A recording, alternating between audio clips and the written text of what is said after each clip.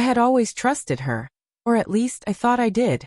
Claire had been my girlfriend for 3 years, the kind of woman who laughed at my worst jokes and understood my quirks better than anyone else. So when she told me she was going on a girls' trip to the coast with her friends, I didn't think twice. A weekend away, just them, sun, cocktails, and no men. It seemed harmless. Or so I thought. The first sign that something was off came via social media. I had scrolled idly through my phone on Friday night when I saw it. A photo of Claire, standing on a sun-drenched balcony overlooking the ocean, wearing a bikini that left very little to the imagination. Her caption read boldly, "My body, my choice. Feeling free, feeling alive." At first, I tried to brush it off. She had every right to enjoy herself, to feel confident, to live her life. But something in the way the photo was tagged made my stomach knot. In the background, partially blurred but unmistakable, was a man I knew well, her ex, David. I stared at the screen, disbelief and shock colliding. The man she had told me she never wanted to speak to again was casually smiling behind her, arm around another friend, but close enough to suggest familiarity. I felt my hands tremble as I scrolled through more photos. Beachside lunches, cocktails, laughter, all posted online.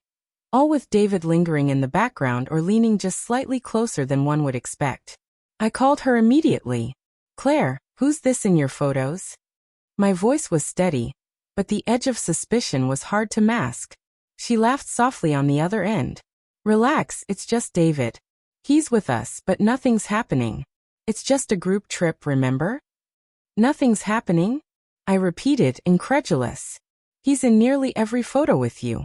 You're flaunting." I stopped myself, my anger flaring. "You're flaunting yourself with your ex." Her laughter turned nervous. "You're overreacting. Seriously. It's a friendly trip. Just relax. Don't be jealous." But I couldn't relax. The images burned into my mind, each one a small dagger of betrayal. I knew her body, I knew her confidence, I knew how she carried herself. But I had never seen it weaponized in such a deliberate way, flaunting a freedom that now felt taunting, a display meant to provoke attention. And the ex? That made it personal. That made it an unspoken message.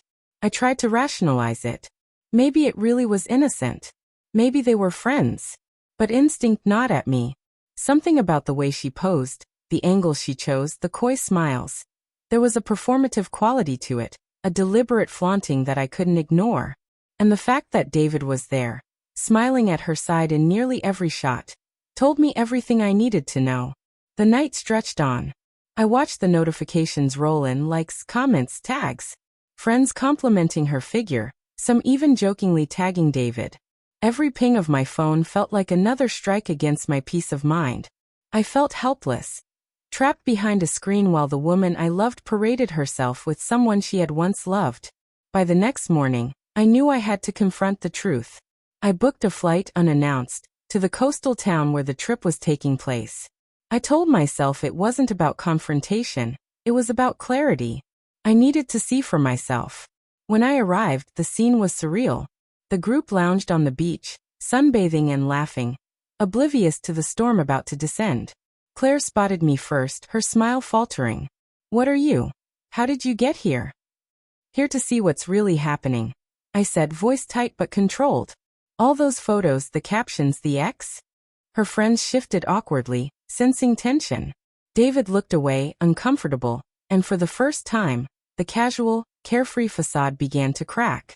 Claire tried to explain, to laugh it off again. "It's nothing really. We're just friends having fun.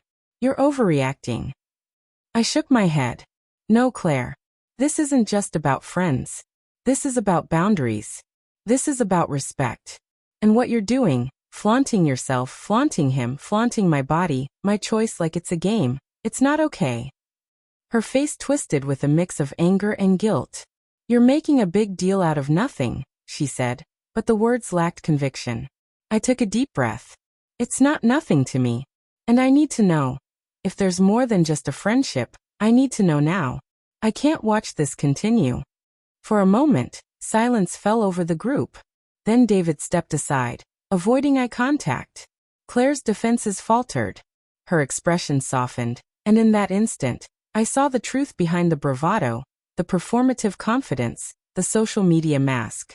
There had been more than friendship, enough to make the posts deliberate, enough to wound, enough to shatter trust. I didn't shout. I didn't cry. I just turned and walked away. I realized that some betrayals are more than physical. They're emotional, performative, and calculated. And sometimes, the only way to protect yourself is to remove yourself completely from the scene. As I drove back home, the sun setting over the coastline, I thought about the lesson buried in the chaos. Trust is fragile, social media can be a weapon, and flaunting freedom at the expense of love is a choice. One that comes with consequences. Claire had chosen her performance over our relationship. And I had chosen clarity over illusion.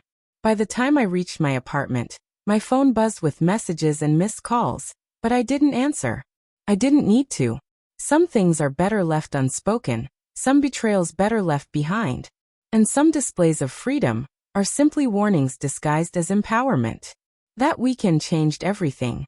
Not because of what I saw online, but because I finally saw her for who she truly was. The confidence, the bravado, the mantra of my body, my choice. It was hers to flaunt. But it wasn't mine to accept anymore.